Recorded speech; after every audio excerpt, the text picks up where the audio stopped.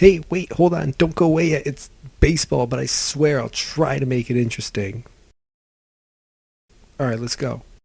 Growing up, I wasn't particularly aware of who Chris Davis was, even when he hit 53 home runs in a season.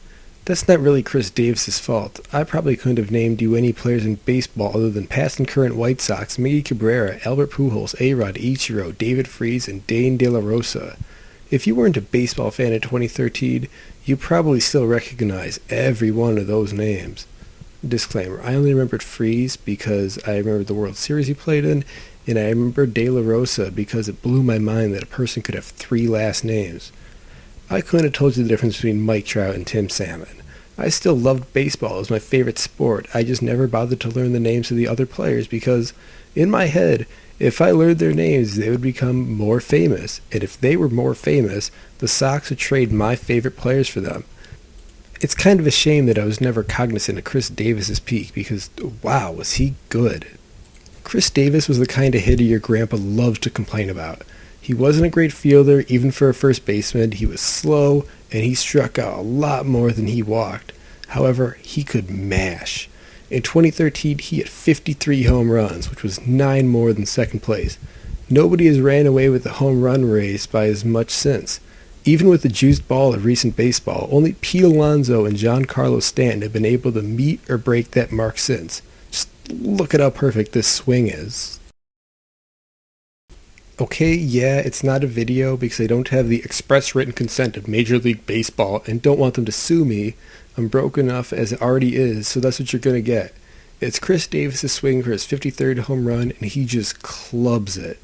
2 years later, he would lead the league in home runs again with 47. The year after that, he got a 7-year contract for $161 million. And 2 years later, he was a disaster. What's the best adjective you could use to describe you and pretend you're not 100% full of crap? That's right, average. And Chris Davis had the worst batting average for any qualified hitter pretty much ever. I'm pretty sure a lot of people watching this generally know what that means, but for the folks who don't, and that's fine, I'll explain.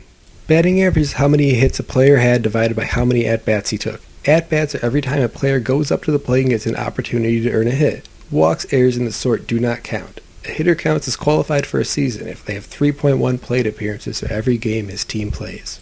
Chris Davis hit .168 in 2018 and had 522 plate appearances, just enough to satisfy the 502 plate appearance minimum to qualify. There's an old baseball expression called the Mendoza line. It's named after Mario Mendoza, a good defensive shortstop who hit around 200 for his career.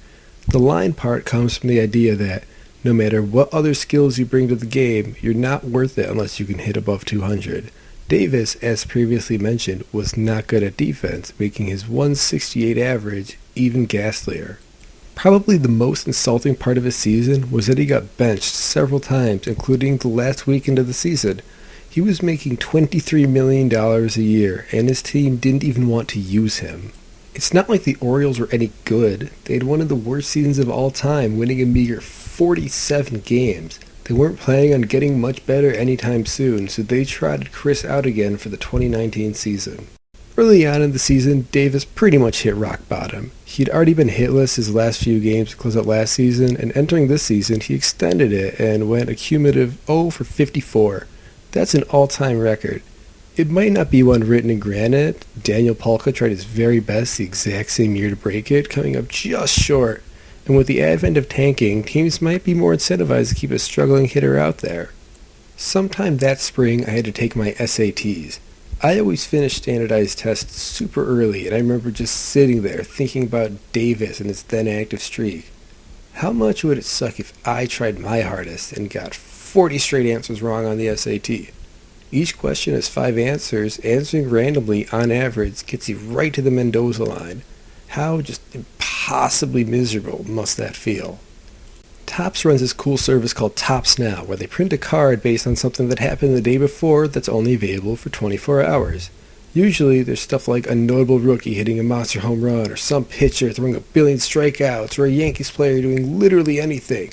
I sometimes buy cards of cool White Sox things, but that's about it. However, on April 13th, all of that changed. Topps announced card 81 of the set, Chris Davis, and how he broke his hitless streak. I am now one of the proud owners of one of those 342 cards, and it's probably my greatest lifetime achievement. Why would you buy that, you might be asking? Good question. I'll let you in on a little secret between you and me. I love Chris Davis. I've already dedicated more words than there are in American Pie to talking about him. My dad got me a t-shirt that says, Chris Davis got a hit on it for my birthday because he knows how much I love Chris Davis. I wholeheartedly and unironically love him. For all the strikeouts and all the benchings and all the pop-ups, I see a guy who still wants to be great. Sure, he's getting paid a ton of money, and sure, every baseball player wants to be great, but something about Davis just feels different. I'm making this video before the start of the 2021 season, and while I'm rooting for him to succeed, I don't know if he will. But here's to hoping I'll get to see the Chris Davis that I missed growing up.